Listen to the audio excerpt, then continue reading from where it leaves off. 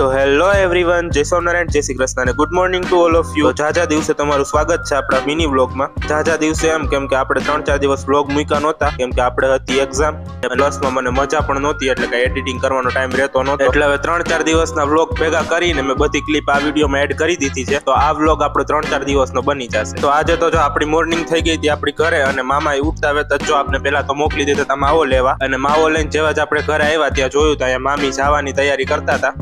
અને ત્યાં જેટલામાં જો આપણા પૂરાભાઈ આવી ગયા હતા ટ્રીટ લેવા, એટલે આપણે એને આપી દીધી ટ્રીટ, અને એટલામાં જો મામા ને મામી પણ નીકળી ગયા હતા એની ઘરે જ. પછી એ લોકો ગયા એટલે આપણે વયા ગયા હતા સીતા નાવા, અને આપણે થઈ ગયા હતા નાઈ ધોઈને એકદમ ફ્રેશ. નાઈ ધોઈને અહીંયા જોયું તો બા તડકે બેઠા બેઠા જો ખોલતા હતા લીલા ચીંચરા. પછી તો જો કીધું એ પ્રમાણે આપણે મજા નહોતી એટલે આપણે વયા ગયા હતા સીતા દવાખાને દવા લેવા.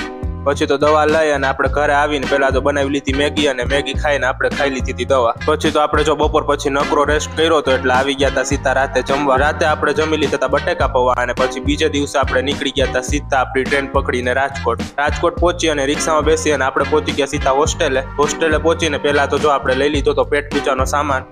પછી ઈ પતાવી અને આપણે સીધા વયા ગયા હતા મેસમાં પાછું જમવા. પછી તો મેસમાં જમી અને આપણે પહોંચી ગયા હતા આપણા રૂમે, અને પછી આપણે ડોક્ટરે થોડોક રેસ્ટ કરવાનું કીધું હતું એટલે આપણે વયા ગયા હતા સીધા સુવા.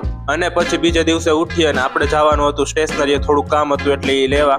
થોડાક કામમાં તો એવું હતું કે બોલપેન લેવાની હતી. પછી જો સ્ટેશનરી ગયા હોય ને વચમાં કેન્ટીન આવતી હોય એટલે આપણે એમને તો આવીએ નહીં. આપણે પછી સવારમાં ખાઈ લીધા હતા ઘૂઘરા ખાઈ અને પેન લઈને આપણે પહોંચી ગયા હતા પાછા રૂમે. પછી જો રૂમે આવી અને આપણે જો ધ્રુવભાઈ કંઈક નવીન જાતની મીઠાઈ આપી દીધી હતી એટલે આપણે ઈ ચાખી લીધી, અને પછી જો આપણે ચોકલેટ લઈ આવ્યા હતા એટલે આપણે ચોકલેટ ખાઈ લીધી. ડોક્ટર ભલે ગમે એટલી ના પાડે કે ગળામાં ઇન્ફેક્શન થઈ જાય છે, પણ તોય આપણે મીઠું ખાવાનું તો મુકાતું નથી. એનીવે પછી જો અહીંયા રૂમમાં નાનું એવું છીંદું હતું તો એમાંથી હે ને ઘડીએ કોકરોચ આવી જતા હતા, એટલે પછી જો ચકાભાઈ એને પૂરતા હતા, અને આપણે ગરમ પાણી કરી અને ગરમ પાણી પીને વયા ગયા હતા સીધા સુવા.